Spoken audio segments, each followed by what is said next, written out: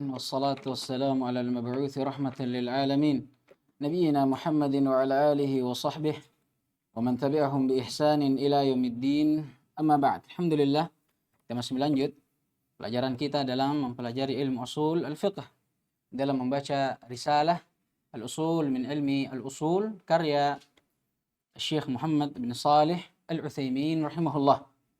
Dan kemarin kita sudah menyelesaikan pembahasan tentang siapa saja yang dikhitab, al-mukhatab, dan siapa saja ditaklif, al-mukallaf. Dan kemarin kita sudah masuk di mawani' at-taklif. Hanya saja ikhwatal iman, kemarin saya sudah berinisiatif setelah saya dengar rekaman ini kembali, ternyata ada beberapa hal yang kurang ya, di dalam pembahasan mawani' at-taklif ini. Dan juga ada beberapa hal yang keliru di situ. Makanya saya minta untuk dipotong rekamannya, kemudian hari ini kita ulang insya Allah.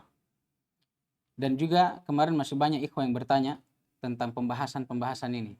Makanya saya simpulkan lebih bagusnya kita ulang saja. Jadi hari ini tidak ada murajaah, karena kalau kita mau murajaah juga, murajaah yang berlalu ini sudah kita sebutkan ringkasannya. Paham kita yang sebelumnya? Siapa mukhatab, siapa mukallaf? Paham dia? Baik. Sekarang kita ulang dari pembahasan mawani' at-taklif. Kata beliau rahimahullahu taala, manil qari? Baik. Nanti antum baca di pembahasan nahi al-am saja. Ya. Kalau ini kan kita ulang karena yang kemarin kita sudah baca. Baik. Kata beliau mawani' at-taklif, penghalang-penghalang dari taklif. Ya, penghalang seseorang dari pembebanan syariat. Imma itu perintah atau itulah larangan.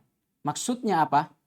Tidak wajib atasnya untuk melakukan perintah dan tidak juga berdosa kalau dia melakukan larangan. Tidak wajib atasnya melakukan perintah dan menghindari larangan, dan tidak berdosa apabila dia meninggalkan perintah dan melakukan larangan. Kenapa? Karena ada mawani'nya, penghalangnya. Apa saja penghalang itu? Kata beliau, litaklifi mawani'. Ketahuilah bahwa pada pembebanan syariat itu ada mawani', hal-hal yang menghalangi seseorang darinya. Minha, di antara penghalang tersebut al-jahal. Yang pertama, ada kejahilan. Ya. Kemudian yang kedua ada an-nisyan, lupa. Dia tahu hukumnya, ya, dia tidak jahil, dia faham. Tapi hanya saja dia apa? Dia lalai, lupa. Ya, kemudian yang ketiga al-ikrah, keterpaksaan. Kalau ada orang yang dipaksa untuk meninggalkan, maka kalau ada orang yang jahil atau dia lupa atau dia dipaksa untuk melakukan atau meninggalkan perintah ataupun melakukan larangan, maka apakah dia berdosa? Tidak. Kenapa? Karena ada mawani. Ada kejahilan, ada kelupaan, dan ada keterpaksaan di dalamnya. Apa dalilnya? Liqaulin Nabi sallallahu alaihi wasallam, dalilnya adalah sabda Nabi sallallahu alaihi wasallam, innallaha tajawaza an ummati. Sungguh Allah Subhanahu wa taala tajawaz, memaafkan, an ummati, atas umatku. Al-khata', pertama, kesalahan, ya, ketidaksengajaan atau karena itu jahil. Wan nisyan, juga kelupaan. Wa mastukrihu alaih, dan apa yang seseorang dipaksa untuknya.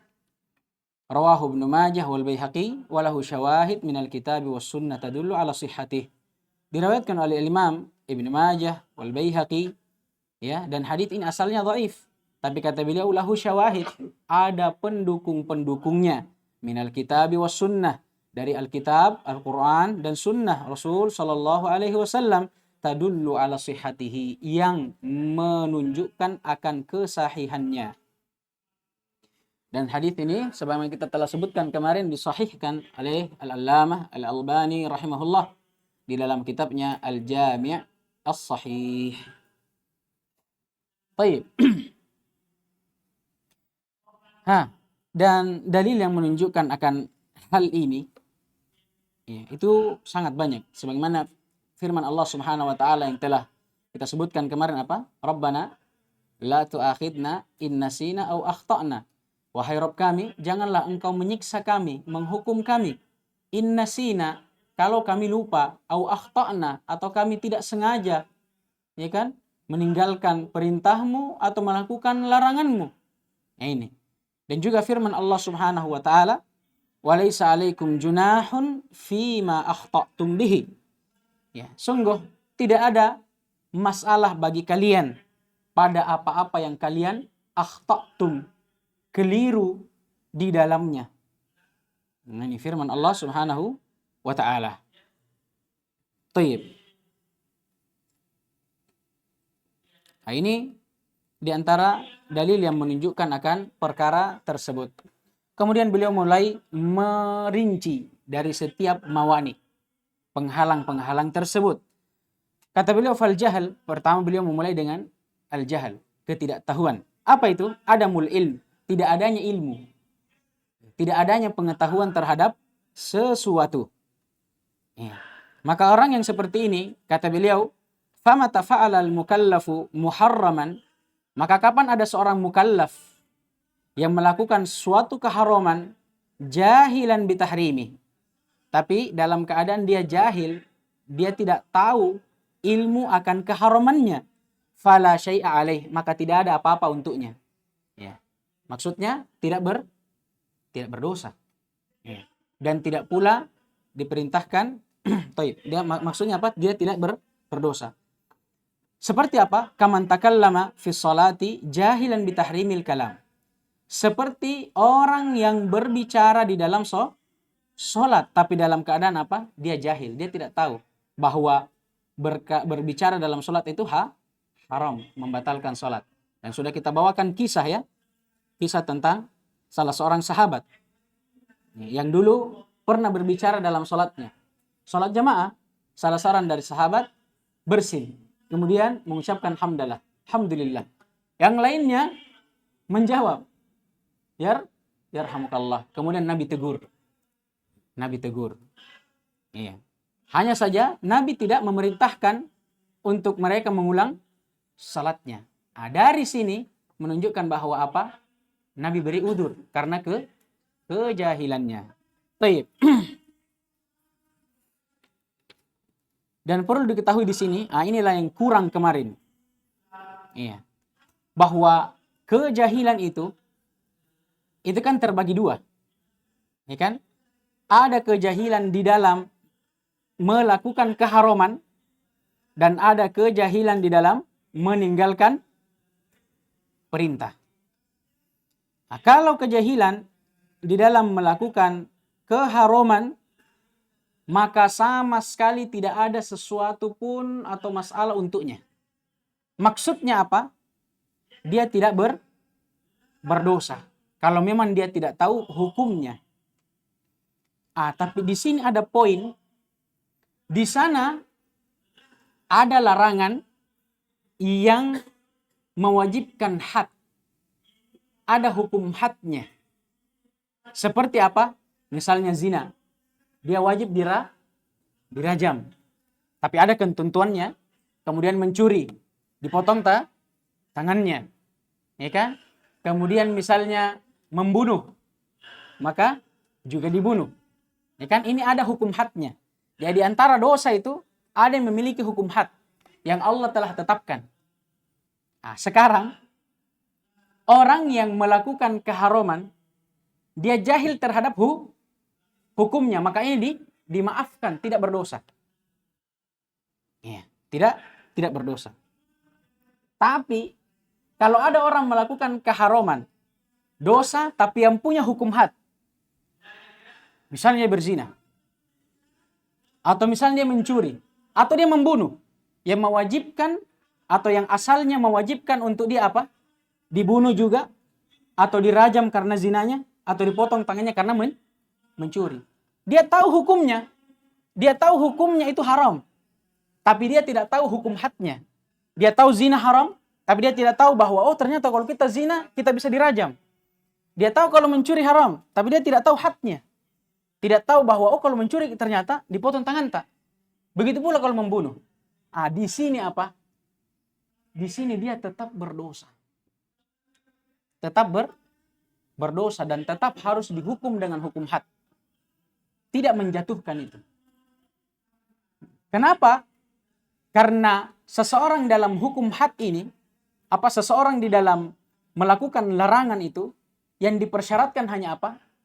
Cukup dia mengetahui hukumnya. Kalau kapan dia sudah tahu hukumnya haram dia lakukan, berdosa. Mau dia tahu hukumannya atau tidak, tetap. Paham gini? Ya di sana ada maksiat atau dosa yang mewajibkan hukum had itu. Nah ini, kalau orang sudah tahu hukumnya haram, walaupun dia tidak tahu hukum balasannya, hukuman hadnya, tetap dia berdosa dan harus dihukum. Paham gini? Paham tidak? Ini perlu diperhatikan karena nanti akan datang di pembahasan-pembahasan fikih. Ini penting. Jangan karena kita bilang kan dia jahil itu, dia tidak tahu sebelumnya bahwa itu ada hukumannya, makanya dia tetap berzina. Ini kita tanya dulu, apakah dia tahu hukum zina haram? Ya dia tahu. Ya kan? Tapi hanya karena dia tidak tahu bahwa itu akan dihukum nantinya, maka dia lakukan. Ini sama saja. Yang jelas kita tahu hukumnya. Tidak penting kita tahu apakah ada hukuman hadnya di belakang atau tidak. Tetap kita berdosa. Nah, ini perlu dipahami. Adapun kalau melakukan perintah atau meninggalkan perintah, maka walaupun dia tidak berdosa, perhatikan, walaupun dia tidak berdosa, tapi tetap wajib untuk dia lakukan apa? Penggantinya. Paham gini? Wajib untuk dia lakukan penggantinya. Sebelum kita masuk, kita jelaskan. Kemarin kita sebutkan ada apa? Ada perintah yang waktunya terbatas. Ya. Kapan lewat? Lewat. Tapi ada perintah yang waktunya memang panjang. Sampai seorang itu wafat. Ya. Dan kemarin kita contohkan ibadah yang panjang waktunya puasa kan? Ini keliru. Ya, nastaghfirullah wa natubu ilaih. Puasa ini sama dengan sholat. Ada waktunya. Yang benar itu ibadah yang tidak ada waktunya itu seperti haji. Haji kan Allah perintahkan apa? Kapan saja. Selama ada kemampuan dari segi harta dan badani. Dari segi jasad kita. Sekarang kalau ada orang yang jahil meninggalkan haji. Sebelumnya dia tidak tahu kalau haji itu wajib. Haji itu wajib. Maka kapan dia berilmu, dia lakukan pada waktunya. Karena apa? Karena waktunya luas. Tidak dikatakan itu qadha, karena memang sudah pada waktunya. Misalnya tahun lalu, ada uangku. Tapi tidak berhaji, Kak. Tapi karena saya jahil. Tahun depannya, alhamdulillah Allah berikan hidayah, saya tahu ilmunya. Oh, haji ternyata wajib. Kalau ada kemampuan wajib. Maka apa yang saya lakukan? Saya berhaji. Haji yang saya lakukan ini, apakah qadha? Bukan. Karena memang masih pada waktunya. Beda kalau sholat, puasa, ya kan? Zakat, ibadah yang memang sudah dikhususkan waktunya. Kalau sudah lewat waktunya berarti sudah lewat. Untuk tahun depannya lagi. Untuk ibadah yang seperti ini wajib atas seseorang qadha. Tapi ada ketentuannya. Selama seseorang itu mampu dan tahu berapa yang harus dia qadha. Dan nanti akan dikecualikan, dibedakan orang yang jahil dengan orang yang lupa. Dan orang yang dipaksa. Kalau orang yang jahil tidak tahu, ya kan? Kan kita sepakat kalau dia ibadahnya panjang, ya kan? Dia tidak perlu qadha karena masih ada pada waktunya. Mau dia lupa, mau dia jahil, mau dia dipaksa untuk meninggalkan itu, maka tetap pada waktunya, tidak ada qadhanya. Sekarang pembahasan kalau waktunya terbatas, bagaimana? Kalau untuk orang jahil nanti dimaafkan. Karena memang dia tidak tahu hukumnya. Misalnya, 40 tahun hidup. Di umur yang usia 41 dia baru tahu sholat itu wajib.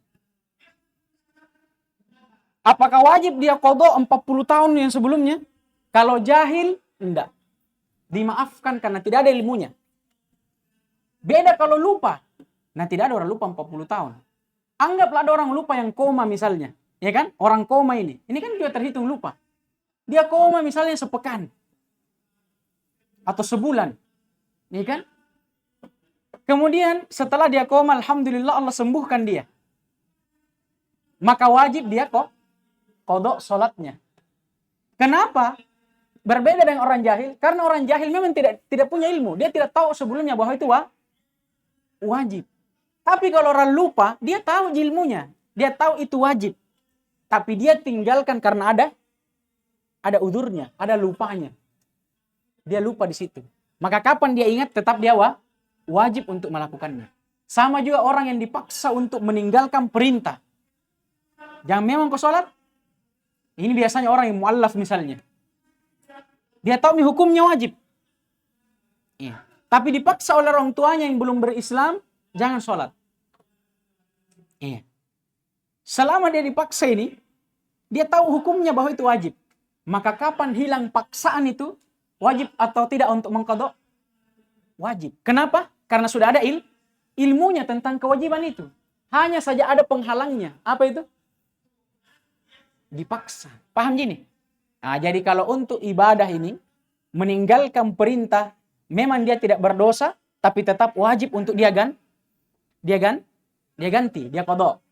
Hanya saja untuk qadha ini, untuk orang jahil maka dimaafkan apa yang berlalu, tidak perlu qadha. Tapi kalau orangnya lupa, dipaksa bersamaan dengan dia mengetahui kewajibannya, wajib untuk qadha. Paham gini? Nah, ini. Kemudian yang terakhir perlu dipahami bahwa qadha di sini bagaimanapun wajibnya itu tetap diikat dengan qadar al-istita'ah. Semampunya dan seingatnya kita. Orang yang lupa sholat, dan ini kan tidak mungkin dia lupa bertahun-tahun. Kalau orang dia lupa sholat, misalnya seperti orang koma, dia tidak tahu berapa puasanya, sholatnya yang dia lupa, maka dia qadha semampunya. Sama tadi dengan orang yang dipaksa. Walaupun wajib atasnya qadha, tetap diikat dengan apa? Istita'ah, kemampuan, seingatnya, semampunya. Paham ini? Karena Allah SWT berfirman, fattaqullaha mastata'tum. Paham ini? Sudah, sekarang kita baca. Paham insyaallah ini. Nah, tadi kata beliau, kalau orang jahil melakukan keharaman, maka apa atasnya? Tidak ada apa-apa. Tidak ada dosa. Paham gini? Contohnya seperti orang berbicara dalam sholat. Yang itu haram, tapi dia tidak tahu. Maka dia tidak berdosa dan sholatnya tetap syah. Ah, sekarang. Wa mata taraka wajiban. Bagaimana? Itu tadi kan kalau melakukan keharaman. Sekarang bagaimana kalau dia meninggalkan kewajiban, tapi jahilan biwujubi. Tapi dia karena dia jahil, tidak tahu akan pengewajibannya. Maka kata beliau, lam yalzamhu qada'uhu. Maka tidak wajib atasnya untuk mengqadha'nya. Idza kana qad fata waktuhu. Kalau memang waktunya telah lewat. Ini maksudnya pembagian kedua tadi, ya kan? Berarti kalau dia pembagiannya pertama, waktunya belum lewat, seperti haji, umroh misalnya, apakah dikatakan dia qadha? Kalau dia lakukan ini, dia jahil. Tapi ternyata dia ilmui setelahnya, kemudian dia berhaji. Apakah yang dikatakan qadha? Bukan. Ini haji baru memang. Paham gini? Paham tidak? Tayyib. Kata beliau bidalil, apa dalilnya? Anna Nabi sallallahu alaihi wasallam lam ya'mur al-musi'a fi salatihi wa kana la yatma'innu fiha lam ya'murhu biqada'i ma fata minas salawat. Dalilnya adalah hadits yang menjelaskan tentang al-musi', orang yang buruk di dalam salatnya. Kenapa? Karena tidak tumaknina di dalamnya. Ya, tidak tumaknina di dalamnya. Sedangkan tumaknina adalah rukun salat. Harus tumaknina orang. Kalau tidak ada ini, batal salatnya. Tapi orang ini, selama dia sholat tidak pernah tumaknina. Ya, berarti asalnya apa? Selama dia sholat ini seharusnya batal sholatnya. Tapi ternyata apa yang dia lakukan ini, karena dia jahil. Makanya Nabi SAW waktu mendapati dia, Nabi SAW memerintahkan dia untuk mengulang sholatnya. Sampai dia tumaknina. Tapi, apakah Nabi memerintahkan dia untuk mengulang sholatnya selama dia sholat? Tidak, hanya pada waktu itu saja. Paham gini? Paham gini? Tayyib. Ini dalilnya. Maka kata beliau, wa innama amarahu bi fi'lis salatil hadira. tiada lain Nabi hanya memerintahkannya untuk melakukan as-salah al-hadirah, salat pada waktu itu saja, alal wajhil masyru', sesuai dengan ya apa yang disyariatkan. Tayyib. Kemudian kata beliau, ini paham yang jahil ini. Tayyib. Kemudian kata beliau, nisyan, mawani' penghalang yang kedua bagi seseorang terhadap taklif pembebanan syariat ada an-nisyan. Apa itu an-nisyan? Duhulul qalbi an syai'in ma'lum. Lalainya hati terhadap sesuatu yang telah diketahui. Dia punya ilmu, dia tahu akan perintah dan larangan, tapi apa? Hatinya duhul. Dia lalai, lupa. Ya. Maka apa hukumnya? Famata fa'ala muharraman, maka kapan ada orang yang lupa atau orang yang melakukan keharaman, nasian, tapi karena dia lupa, bukan karena dia jahil. Dia tahu bahwa itu haram, tapi karena dia lupa, dia lakukan. Fala syai'a alaih, maka tidak ada dosa untuknya. Kaman akala fis siyami nasiya. Contohnya seperti orang yang makan pada waktu berpuasa karena lupa. Orang seperti ini dimaafkan. Batal tidak puasanya? Enggak, tetap syah. Ya, dia berdosa atau tidak? Tidak juga. Ya. Nah, ini kalau dia melakukan keharuman. Hanya saja berbeda kalau dia meninggalkan perintah. Kata beliau, wa ma tataraka wajiban. Adapun kalau dia meninggalkan kewajiban, nasian karena lupa, fala syai'a alaihi hala nisyani, maka tidak ada apa-apa untuknya pada saat dia lupa. Maksudnya tidak berdosa dan tidak wajib juga untuk dia lakukan, tapi selama dia lupa. Kata beliau, walakin, akan tetapi, hanya saja alaihi fi'luhu, wajib untuk dia lakukan idza dzakarahu, kalau dia sudah kembali ingatannya. Qadha, wajib kok qadha. Beda dengan orang jahil tadi. Orang jahil wajib atau tidak qadha? Wajib atau tidak? Tidak. Kenapa? Karena tidak ada ilmunya. Makanya keliru orang baru kenal dakwah misalnya, tidak pernah puasa, tidak pernah sholat, dia mau qadha semua sholatnya. Qadha itu. Kalau kita hidup sudah 40 tahun dan ini ada 40 tahun misalnya kasihan, tidak pernah sholat. Jahil memang. Tidak pernah puasa. Karena jahil. Antum kalau di tahun ke depannya, antum mau qadha, minta ampun. Usia kita hanya sampai 63 kurang lebih. Berarti berapa yang antum mampu qadha itu? 23 tahun yang antum mampu qadha. Ini masyaqqah. Ya, sulit juga bagi seorang hamba. Ya kan? Dan kaidah syariat itu dan hikmah syariat diturunkan itu apa? Untuk menghilangkan masyaqqah. Ya, sampai ada kaidah apa? Al-masyaqqatu tajlibut taysir. Setiap yang menyulitkan itu mewajibkan atau mengharuskan adanya keringanan. Paham gini? Jadi kalau lupa tidak sama seperti orang yang jahil. Kalau jahil tidak berdosa memang dan tidak juga apa? Wajib kok qadha. Tapi kalau lupa tidak berdosa tapi tetap wajib untuk qadha. Apa dalilnya? Nabi SAW bersabda, "Man nasiya salatan falyusalliha idza dzakaraha." Siapa yang lupa untuk mendirikan salat, maka hendaknya dia dirikan salat tersebut yang dia lupa. Idza dzakaraha, kalau dia sudah ingat. Kemudian yang ketiga, wal ikrah, keterpaksaan. Apa itu al-ikrah? Ilzamus syakhsi bima la yurid. Mengharuskan seseorang untuk melakukan perkara yang tidak dia inginkan. Imma meninggalkan perintah atau melakukan yang haram. Kata beliau, faman ukriha ala syai'. Barang siapa yang dipaksa untuk melakukan sesuatu muharram, yang haram, fala syai'a alaih, maka dia tidak berdosa, tidak akan dihukum, diiqab oleh Allah. Kaman ukriha alal kufri wa qalbuhu mutmainnum bil iman. Seperti orang yang dipaksa untuk melakukan kekufuran, tapi hatinya tetap berada di atas keimanan. Apa ayatnya ini? Siapa yang hafal?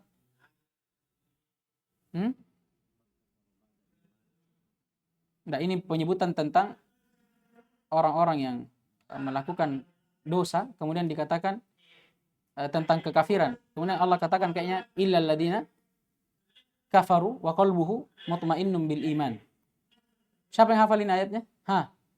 Imam. Antum imam. Siapa yang hafal ayatnya? Saya juga lagi lupa ayatnya ini. Ini kita harus bawakan dalilnya ya. Karena jangan sampai karena ini banyak masalah-masalah besar yang kita keliru di dalamnya. Seperti Imam Ahmad rahimahullah, di zamannya itu banyak ulama yang dipaksa untuk menyelisihi akidahnya. Menyelisihi akidah Ahlus Sunnah wal Jamaah. Dapat ayatnya? Aywa. Man kafara Taib. Allah menjelaskan tentang orang-orang kafir setelah keimanan mereka. Ya kan? Bahwa mereka akan diikop oleh Allah Subhanahu wa taala. Kecuali siapa? Illa man ukriha. Kecuali siapa yang dipaksa. Ya kan? Makanya kalau orang dipaksa dia melakukan kekufuran, mau tidak mau dia harus lakukan, apalagi tanggungannya nyawa. Maka dia lakukan. Tapi apa? Perhatikan. Qalbuhu mutmainnun bil iman. Hati kita ini harus tetap apa? Mutmain, tegak, kokoh di atas keimanan. Ini seperti zamannya Imam Ahmad. Mereka diperintahkan untuk menyelisihi akidah mereka. Akidah Ahlus Sunnah salah satunya adalah meyakini bahwa Al-Quran adalah kalamullah. Tapi di zaman Imam Ahmad rahimahullah, mereka dipaksa untuk mengatakan Al-Quran adalah makhluk. Ciptaan Allah, bukan dari kalamnya.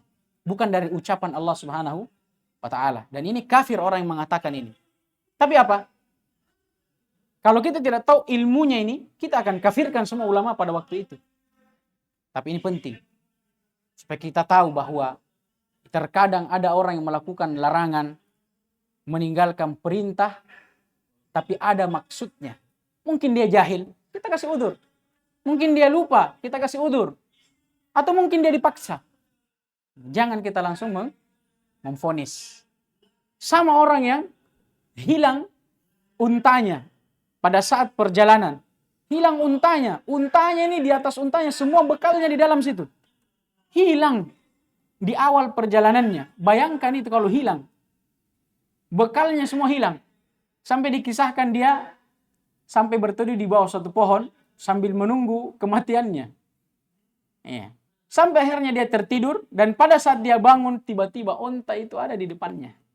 Bayangkan. Bahagianya ini orang. Saking bahagianya apa dia bilang? Allahumma anta abdi wa ana rabbuk. Ya Allah, engkau adalah hambaku dan aku adalah Rabbmu. Ini lafaz ini sepakat nih. Orang biar tidak belajar pasti dia bilang kafir ini orang.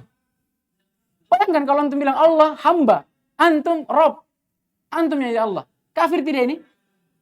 Kafir asalnya. Tapi kalau kita teliti ternyata dia ucapkan ini karena dia lupa. Hilang ingatannya saking bahagianya. Maka dia diberikan udzur. Sampai dikatakan apa? Allah ada hadis akidahnya nih. Allah tertawa. Allah tertawa melihat hambanya ini. Ini kan? Nah, saking lucunya ini orang. Baik, kita lanjut. Oman ukriha. Adapun orang yang dipaksa, ini kan tadi kalau dia melakukan keharaman. Sekarang bagaimana kalau dia tinggalkan kewajiban? Wa man ukriha ala tarki wajibin fala syai'a alaihi halal ikrah. Maka barang siapa yang meninggalkan kewajiban dalam keadaan apa? Dia dipaksa. Fala syai'a alaihi halal ikrah. Maka tidak ada apa-apa baginya. Tapi pada saat dia dipaksa, tidak berdosa, ya, dan tidak wajib untuk dia lakukan. Tapi pada saat dia dipaksa saja. Adapun kalau dia sudah lepas dari paksaan itu, wa alaihi qada'u. Wajib untuknya mengqada' idza zala al ikrah. Kalau telah hilang apa? Paksaannya. Contoh misalnya ada seorang istri dipaksa oleh suaminya, jam puasa. Ini kan? Suaminya mau berhubungan dengan istrinya. Maka dia paksa istrinya untuk batalkan puasanya. Maka istri ini tidak bisa lagi. Mau tidak mau kan dipaksa. Mungkin diikat tangannya, ya, atau diikat kakinya, asal jangan lehernya, ya kan? Mati orang. Nah, intinya seperti ini, jangan terlalu banyak menghayal. Astagfirullah, saja salah dalam kasih contoh. Astagfirullah wa atubu ilaih. Kan sudah terlanjur, kita contohkan saja. Seperti yang tadi ya, ada istri dipaksa untuk tinggalkan puasanya. Puasa wajib ini. Tapi suami bilang, tidak bisa, mak. Dipaksa.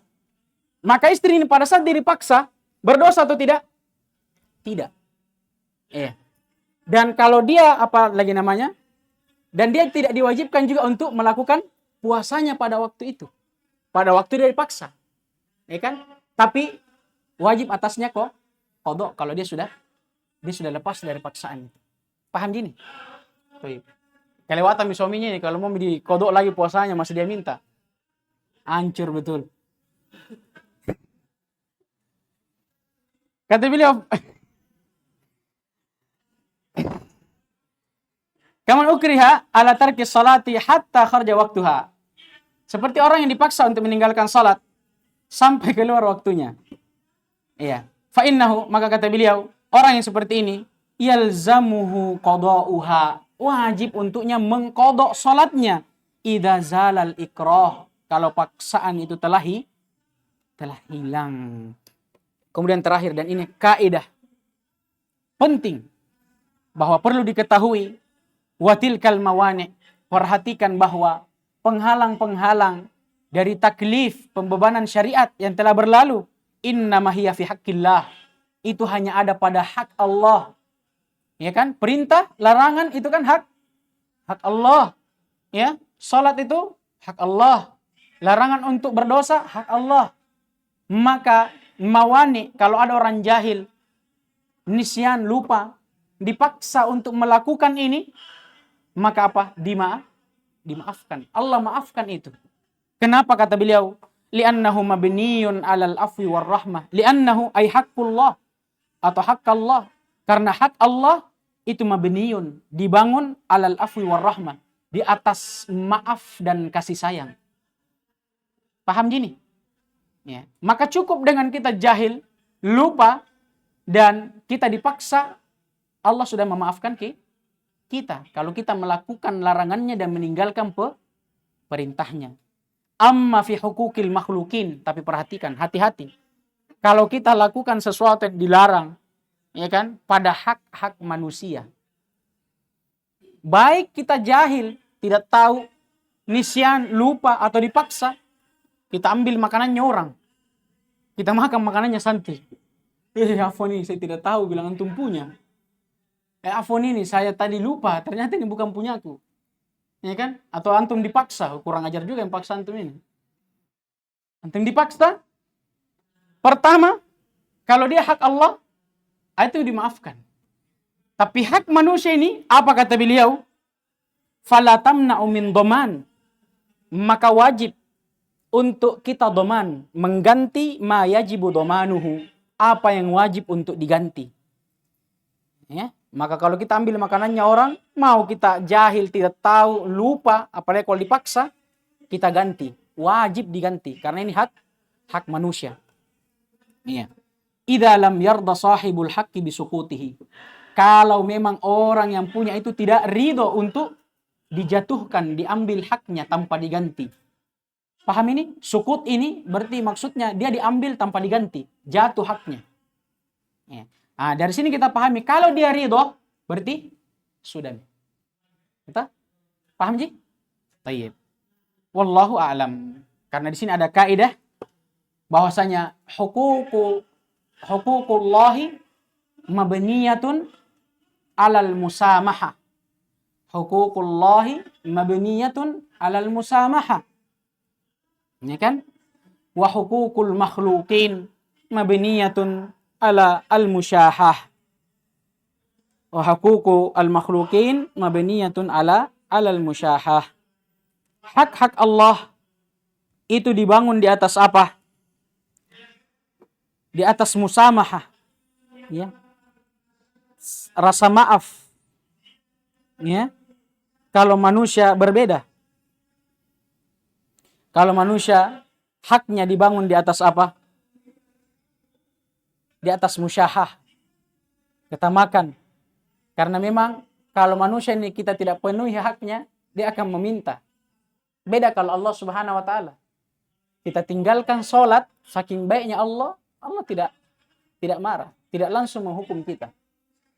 Ini kan? Beda kalau manusia, kita tinggalkan haknya, dia minta. Tapi Allah enggak. Ini kan? Allah tidak minta. Tayyib. Nah, sekarang kita masuk ke dalam pembahasan al-am. Iqra. Iqra qira'ah sari'ah. يعني لكي نتخلص من هذا المبحث بالسرعة. ويش تفضل. بسم الله الرحمن الرحيم. قال فضيلة الشيخ محمد بن صالح العثيمين رحمه الله تعالى: العام تعريفه: العام لغة الشامل، واصطلاحا اللفظ المستغرق لجميع أفراده بلا حصر، مثل إن الأبرار لفي نعيم، فخرج بقولنا المستغرق لجميع أفراده ما لا يتناول إلا واحدا كالعلم والنكرة في سياق الإثبات، فقوله تعالى: فتحرير رقبة، لأنها لا تتناول جميع الأفراد على وجه الشمول، وإنما تتناول واحدا غير معين. فخرج بقولنا بلا حصر ما يتناول جميع أفراده مع الحصر كأسماء العدد 100 و1000 ونحوهما. طيب يكفي. جزاكم الله خير. الله يبارك فيكم ويحفظكم. أكرمك الله. Taib, kemudian beliau masuk ke dalam pembahasan selanjutnya, pembahasan tentang al-am. Sebelumnya, beliau membahas tentang apa? Al-kalam, lafaz. Ini kan, apa hukumnya?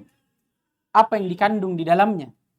Kemudian beliau membahas tentang bentuknya. Ya kan? Amr atau nahi. Nah, sekarang beliau membahas tentang maknanya di situ. Makna lafaznya. Siapa yang dimaksudkan? Apakah dia umum? Atau dia khusus untuk orang tertentu? Ataukah dia mutlak? Tidak ditakyin, tidak ditahu siapa? Atau dia muayyan, ditakyin orangnya, diperjelas orangnya. Nah, ini akan berlalu nanti. Kata beliau al-am, hukum umum. Iya. Kapan lafaz dikatakan umum, mencakup setiap yang diinginkan dari lafaz itu?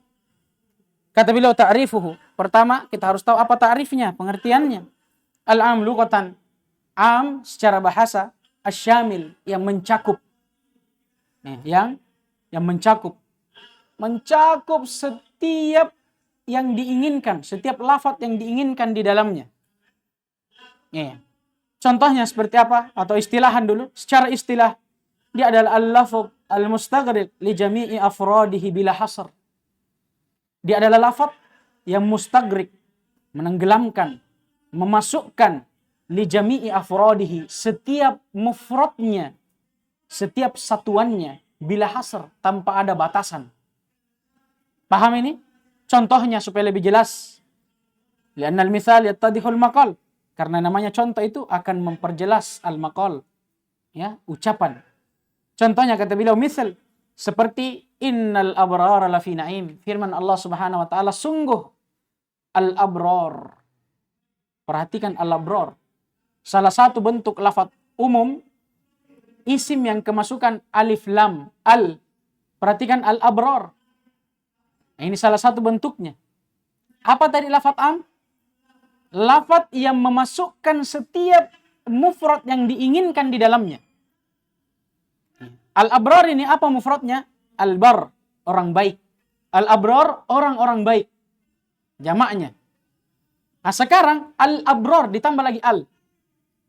Al-ma'rifah menunjukkan akan keumumannya. Berarti apa yang diinginkan di sini? Seluruh orang baik, tidak terkecuali. Dari dulu sampai yang akan datang. Kata Allah, lafi na'im, akan berada di dalam kenikmatan, yakni di sorga. Perhatikan innal abrar, sungguh setiap orang-orang yang berbuat baik, lafi na'im, akan berada di dalam kenikmatan. Al-abrar, orang-orang yang berbuat baik. Di sini siapa yang diinginkan? Seluruhnya. Siapa saja yang bersifat dengan sifat ini akan masuk ke dalam surga. Paham ini bentuk umum. Thayyib. Kemudian diantaranya juga, diantara contoh, Seperti yang kita katakan akrim at-tullab. Muliakanlah setiap talib, setiap pelajar. Kalau kita punya 100 pelajar di sini, murid misalnya, kemudian kita diperintahkan muliakan muridmu. Akrimit tullab, muliakan seluruh muridmu atau setiap muridmu. Yang diinginkan di sini siapa? 100 atau sebahagiannya? Semuanya, 100-100-nya itu semua dimuliakan. Ya. Berbeda dengan yang akan datang nanti, mutlak. Dia punya makna umum juga. Dari sisi dia tidak dibatasi. Ya, dia tidak dibatasi dan tidak ditakyin, tidak diperjelas apa yang diinginkan di dalamnya. Hanya disebutkan jenisnya. Contoh apa? Akrim taliban. Muliakanlah salah seorang dari pelajar atau dari tolibmu.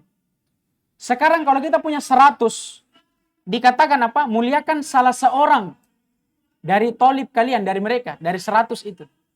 Berapa yang diinginkan? Apakah semuanya? Enggak. Satu saja yang diinginkan. Hanya saja karena satu ini tidak jelas siapa. Muhammad, Zaid, Abdullah, Abdurrahman, Abdurrahim. Dari tahu siapa? Dari sisi sini dia maknanya apa? Umum. Karena tidak dikhususkan. Tapi kalau dari sisi yang diinginkan dari lafaz itu hanya satu. Makanya dikatakan apa? Umumnya di sini badali. Badali bisa digantikan keumumannya. Maksudnya apa? Dari sisi dia tidak ditakyin, tidak diperjelas, dia umum. Tapi dari sisi yang diinginkan ini, menggantikan dari keumuman ini, cukup satu. Abdullah, Muhammad, Abdurrahman, Abdurrahim, ada 100. Ya. Saya bilang akrim taliban, muliakan salah seorang dari mereka. Dari talibmu, pelajarmu, muridmu. Nah sekarang, dari sisi saya tidak tahu siapa yang saya memuliakan. Imam Muhammad, Zaid, Abdullah, Abdurrahim, Abdurrahman.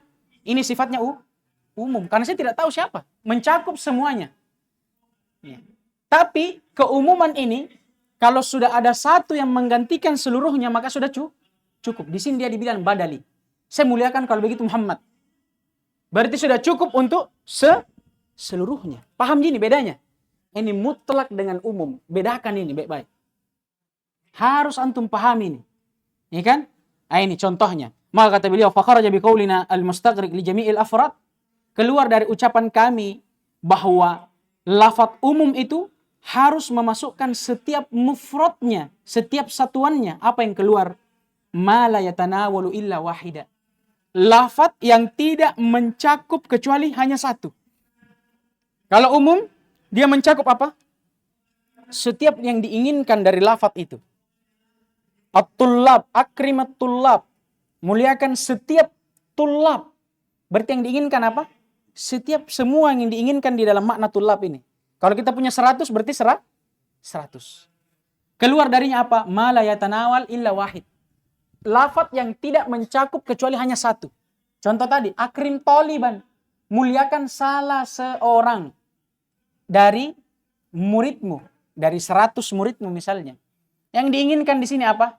Satu saja yang diinginkan. Hanya saja dari sisi dia tidak tahu siapa yang mau dimuliakan ini.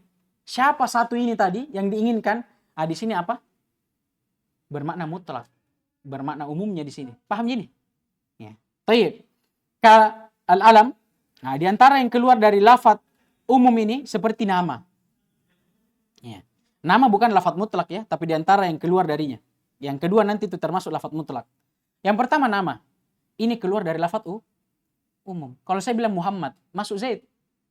Enggak. Kalau saya bilang Zaid, masuk Abdurrahman? La. Nama itu bukan lafaz mutlak. Dia menunjukkan jelas apa yang diinginkan. Paham gini? Taib. Yang kedua, wan nakiratu fi siyaqi al-itsbat. Adanya lafaz yang nakirah tapi berada di dalam konteks al-itsbat, penetapan, baik itu khobar atau amr, ya, perintah. Seperti firman Allah Subhanahu wa taala, fatahriru raqabah. Ya. Fatahriru di sini apa? Masdar. Tapi maknanya amr. Sudah lewat ini. Pembahasan apa? Pembahasan amr, siagul amr. Bentuk-bentuk perintah. Di antaranya ada apa? Masdar yang berbentuk atau bermakna perintah, amr. Di antaranya ini, fatahriru raqabah, maksudnya apa? Harrir raqabah. Ya, bebaskanlah budak. Nah, sekarang di sini raqabah nakirah ini tak? Nakirah atau ma'rifah? Nakirah. Baik. Nakirah ini datang setelah apa? Isbat, konteks penetapan karena ada amr. Sekarang kata para ulama, kalau ada nakirah di dalam konteks penetapan maknanya apa? Mutlak. Mutlak. Maka kita terapkan fatahriru raqabah. Allah perintahkan untuk apa? Bebaskanlah seorang budak. Budak apa saja, terserah, yang penting budak. Nah, sekarang dari sisi umumnya, dari sisi dari satu sisi dia bermakna umum karena kita tidak tahu budak yang mana mau dibebaskan. Tapi dari sisi kalau kita sudah bebaskan satu, itu sudah cukup. Dari sisi apa? Dia bermakna mutlak. Nah, keluar dari umum itu ini mutlak itu. Kenapa? Karena kata beliau, li'annaha, karena lafaz ini la yatanawalu jami'al afrad, tidak mencakup setiap mufrad, satuan yang diinginkan dari makna tersebut. Ya, ala wajhil syumul, di atas bentuk syumul, mencakup.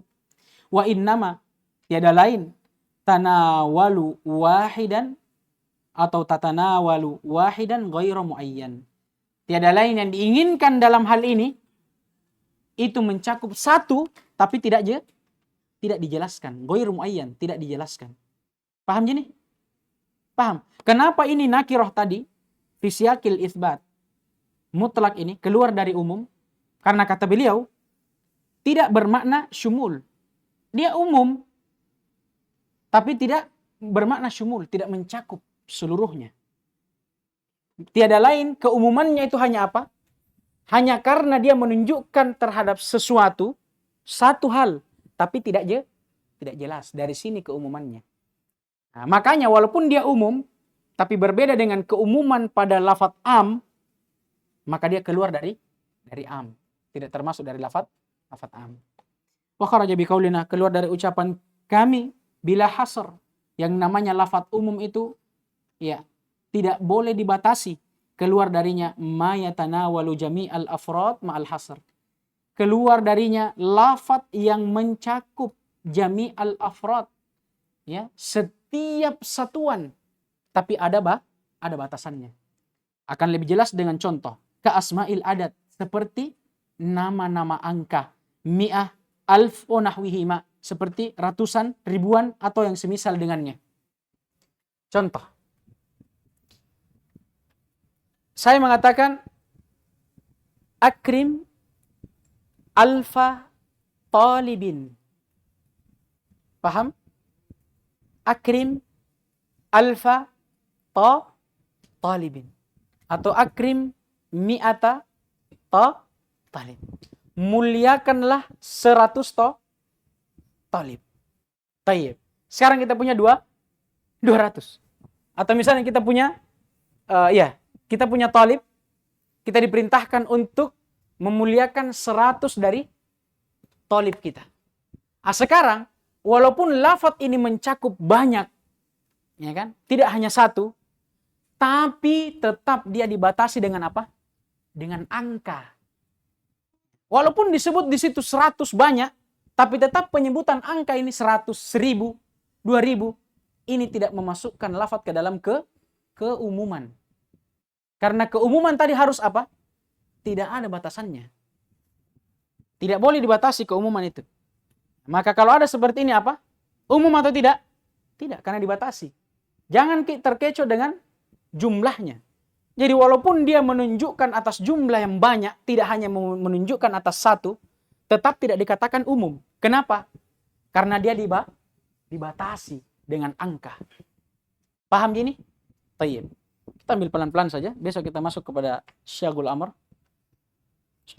insyaallah, dan kita masuk ke dalam al-amal bil amr atau bil am, syagul am dan al-amr bihai. Baik, naktafi bihadzal qadar. Subhanakallah wa hamdik, asyhadu an la ilaha illa anta astaghfiruka wa atubu ilaik. Ada bertanyakan?